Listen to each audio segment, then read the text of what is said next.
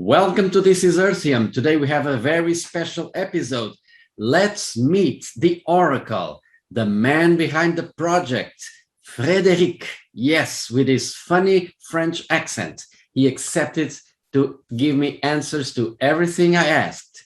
And it was a very long interview. It was like 90 minutes, but I have condensed everything into two 15-minute episodes.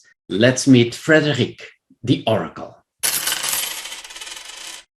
I'm a professional investor, a professional entrepreneur. I created co-working in France. I'm supporting, mentoring, and investing in startups for more than 15 years. And we design in Dojo, our research center in economic innovation, a set of tools to help startups to succeed, basically. And these tools are now taught in several universities in France and in the US.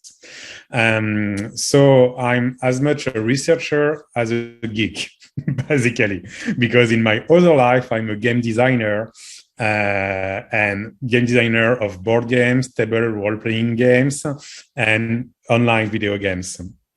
And so what I like in what we're doing now is this is a crossover between my two lives. And so the idea to yet cross the two universes is very exciting for me. Other than this, I have a lovely wife who is Chinese. We've got 3 cats, no kids yet. And we live a very peaceful life. We are not a lot about parties and so on, more Netflix and chilling when I'm not working, which is rare. So we found our equilibrium by the fact that we are Netflix and chilling while I have the computer on my knees and continue to do this. You wanted to know something very special about me. If I begin a book, I cannot sleep before having finished the book. I need to finish it in a row.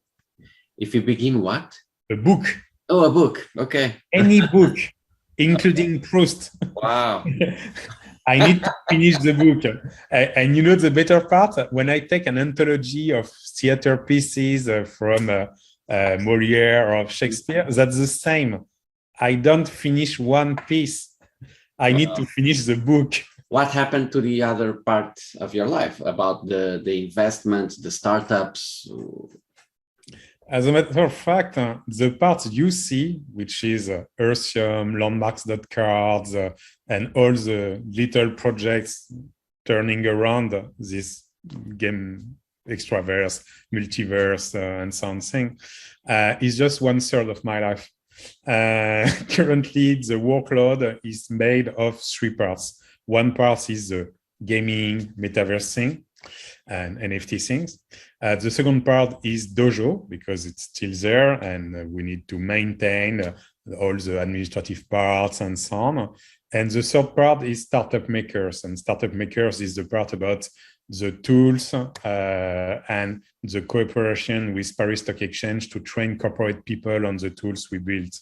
And you're still doing that? Yeah.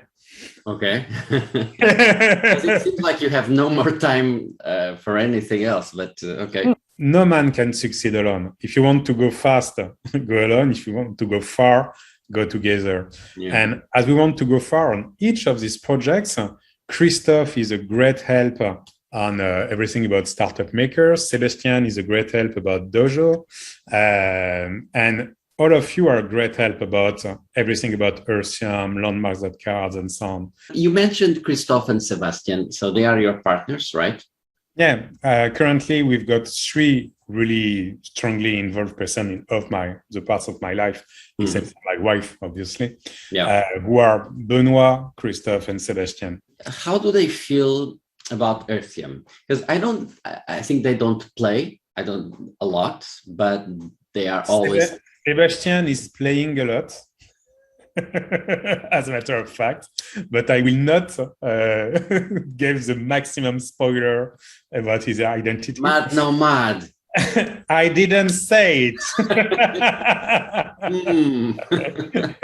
So Sebastian Earthium landmarks. Tell me games that were important to you. Games are important for everybody, as a matter of fact. Games are a great way to train your mind. Let's take an example. The best kind of games I loved when I was a student were role-playing games. Why? Just because when you are in role-playing games, you have the opportunity to live several lives in parallel.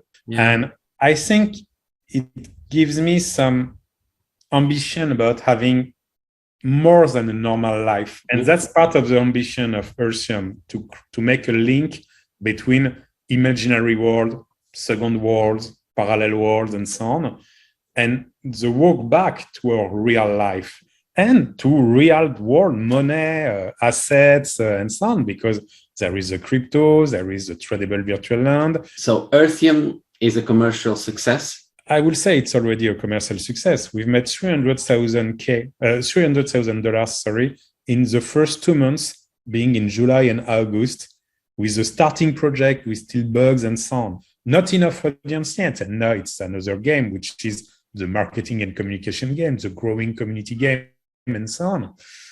But it's not a difficult game because it's a game everybody knows that sending money in the game makes the game a success. That's it. It's just a game of optimization. If we decide to put $200,000 on the table to get more players, active players, we will get more active players. The question is just the right way, the best way to do it. And another point that I want to underline, Alterneum is now impossible to die company. Impossible to die. We have almost no monthly fees. Laurent, myself, everybody has proportional income, as salaries and so on, proportional to the income. And if there is no more income, there is no more revenue. So the basic expenses each month of Earthium are very low. And at the same time, we have made $300,000 of income. That means that we have $120,000 of reality world assets, being crypto, being gold, being real estate, and so on. You already have a first big campaign, a big marketing campaign to attract new people. Yeah.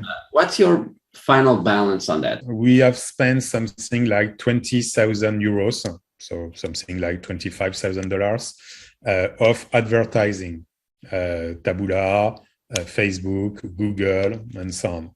And we've got 2,000 registered accounts, including probably between 100 and 200, let's say 200 to be generous, active players. So it's really expensive and not cost efficient. We have two things. We know that the advertising on Google, Facebook, and so on is not the best way to do it.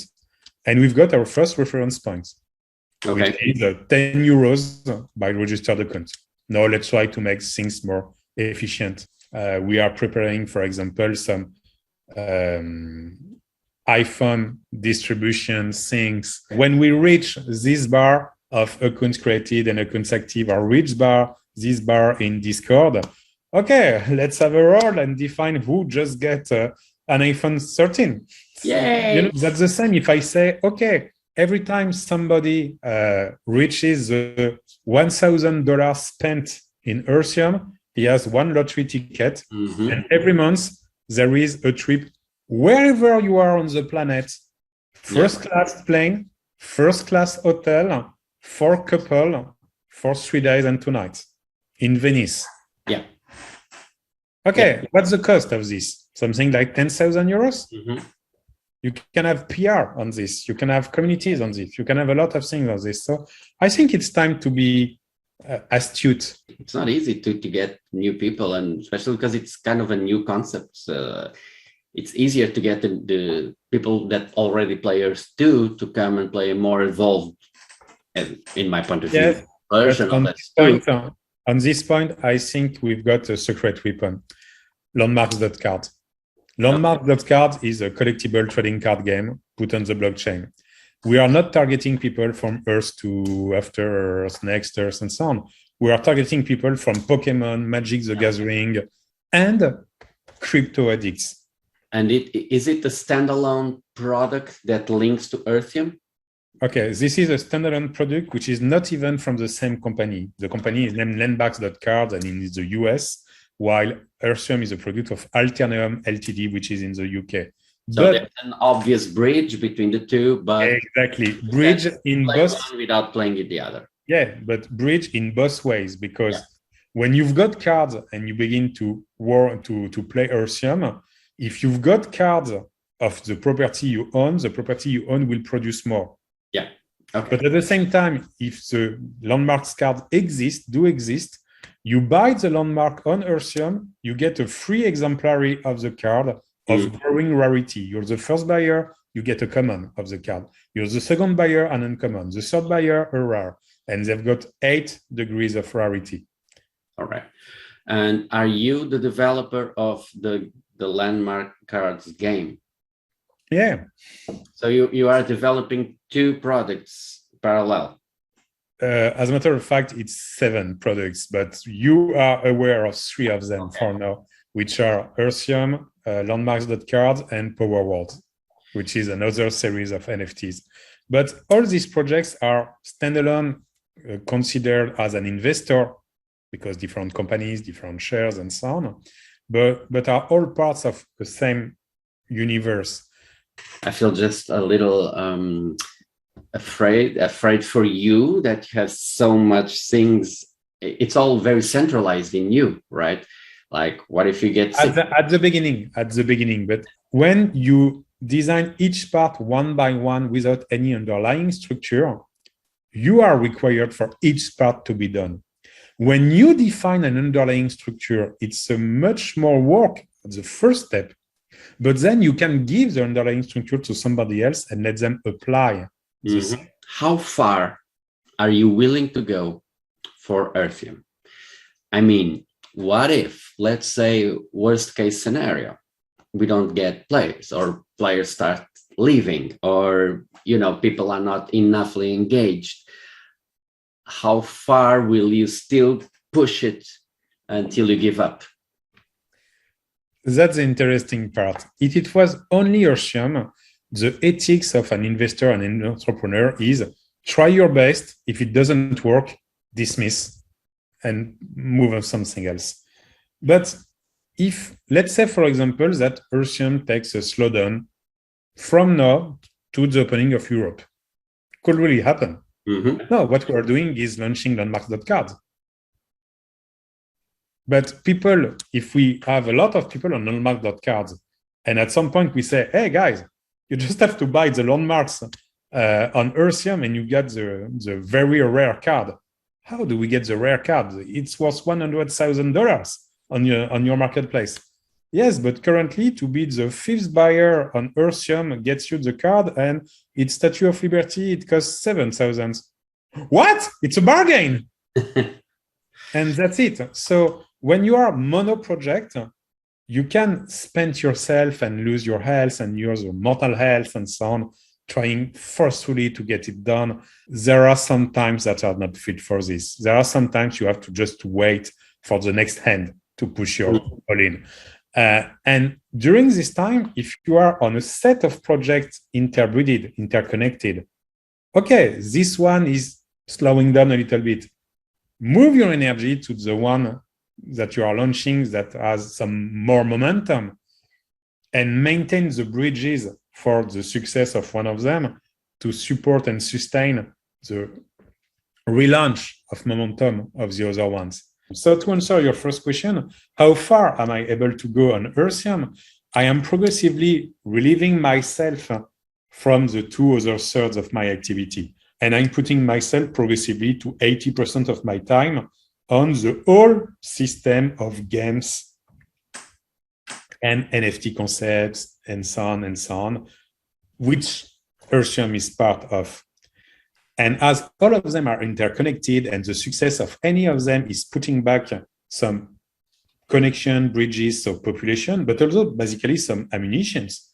Let's say that Landmarks.cards do $1 million in a few days. We'll just make an investment in Earthium or Alterneum. And so on this global thing, I'm ready to go very far. I think it will take the next 5 years of my life, almost totally dedicated to the whole system and community.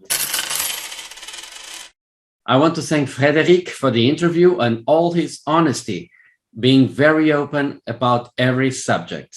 And I will leave you with a very nice teaser for the next episode. If you read the brochure, if you read the background story, you see that it's about parallel Earths. Yeah. Earths. Yeah. The plural.